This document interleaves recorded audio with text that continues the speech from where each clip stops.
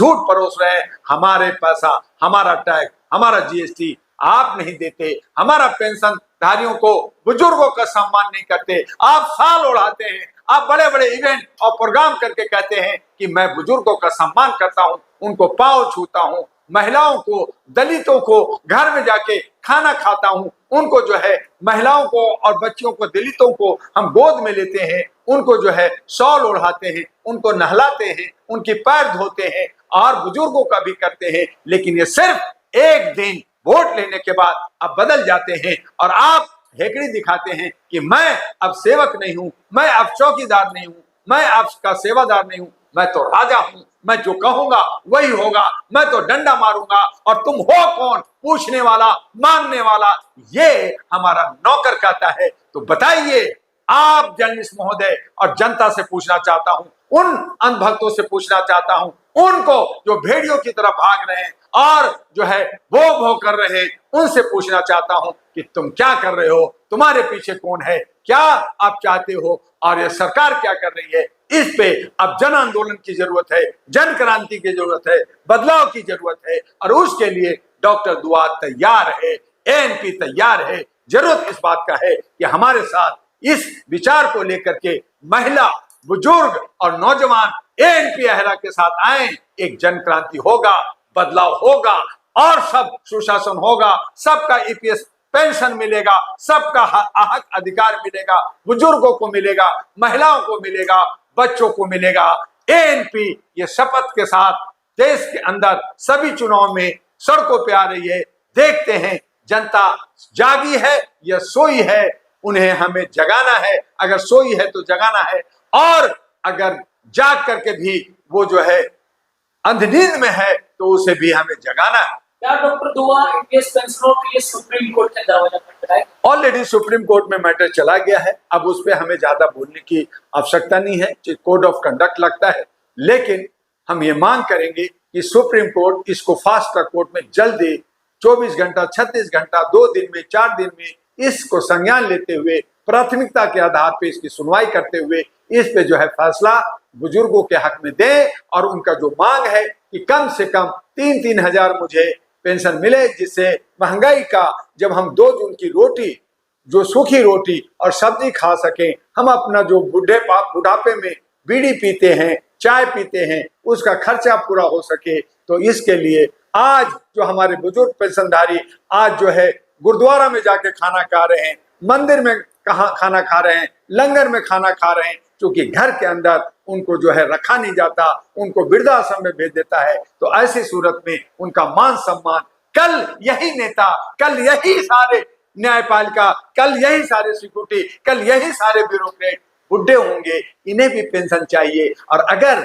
आप आज पेंशनधारियों का सहभागी नहीं बनेंगे, कल उसी लाइन में आप आएंगे, मैं पूछूंगा जब आपको देना था तो आपने दिया नहीं, अब लेने आ गए पंगत में, बोलिए क्या किया जाए। तो इस तरह से आज हमें सभी को समानता के साथ पेंशनधारी ईपीएस 95 के जो बुजुर्ग हैं उनकी सम्मान करते हुए, जो लोग मर गए हैं उनके जो आश्रित लोग हैं उनको, और बाकी पैसे जो है वो राष्ट्र के में और बाकी बचे हुए बुजुर्गों के बीच में पैसा जाना चाहिए। तो आपने कई बार अशोक रावत से मुलाकात करी है, चुनाव के बाद जो प्रदर्शन हुआ तो उसमें, तो आगे का रणनीति आप लोगों ने कैसे तैयार किया, कैसे सरकार से आप लोग बुजुर्गों का हक दिलवाइए? देखिए, जनता जनार्दन कहलाती है, लेकिन जनता बहुत कमजोर है, जनता डरी है, जनता जो है मानसिक गुलाम है, जनता उत्पीड़ित है, जनता शोषित है।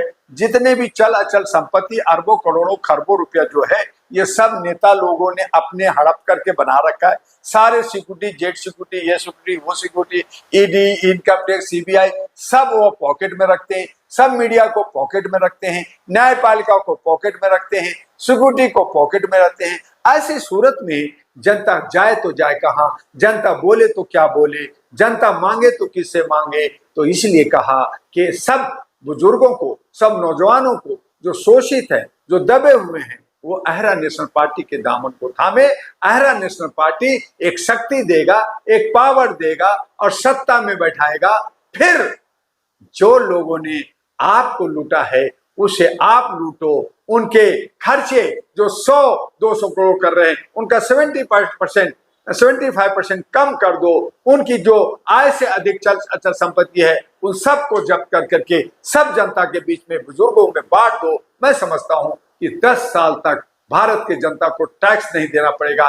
इतना पैसा हमारे ब्यूरोक्रेट नेताओं ने और ब्यूरोक्रेट ने जो IAS IPS बने हुए हैं, चोर उचक्के बने हुए हैं, न्यायपालिका के अंदर चोर उचक्के बैठे हैं, उन तमाम लोग जो आप बार बार कहते हैं कि आप ब्लेम लगते हैं, सच्चाई यही है कि इन लोगों ने लूटा है।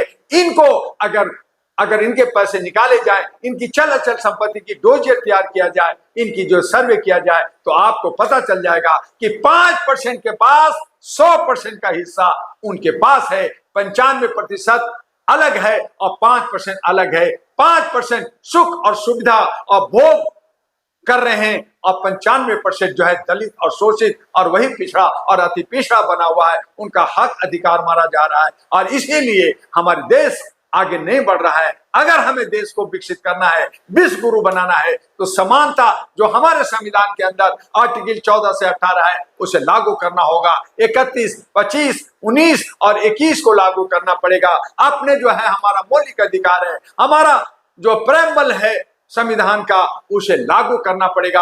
और अगर वो अक्षर सा लागू होता है तो कोई दिक्कत ही नहीं है, सब राजा होगा, सब आगे बढ़ेगा। आज एक व्यक्ति चंद्रशेखर आजाद बढ़ रहा है तो एक उम्मीद जाग रही है भारत के अंदर। 543 चंद्रशेखर आजाद चाहिए, 543 भगत सिंह चाहिए, 543 डॉक्टर दुआ चाहिए, 543 हमें जो है ऐसे लोग चाहिए जो देश के अंदर 272 नहीं 543 की सरकार बनेगी। 543 का एक लीडर प्रधानमंत्री होगा और वो देश के अंदर साइकिल से चल करके, वो बिना सिक्योरिटी का, वो शांति और सद्भावना फैला करके विश्व गुरु बनेगा। जैसे गौतम बुद्ध पैदल रोड पे सड़कों पे चलते थे, खड़ों में चलते थे, उनके पास सिक्योरिटी नहीं थी, लेकिन दुनिया उनका पागल हुआ, दुनिया उनका फॉलोअर हुआ।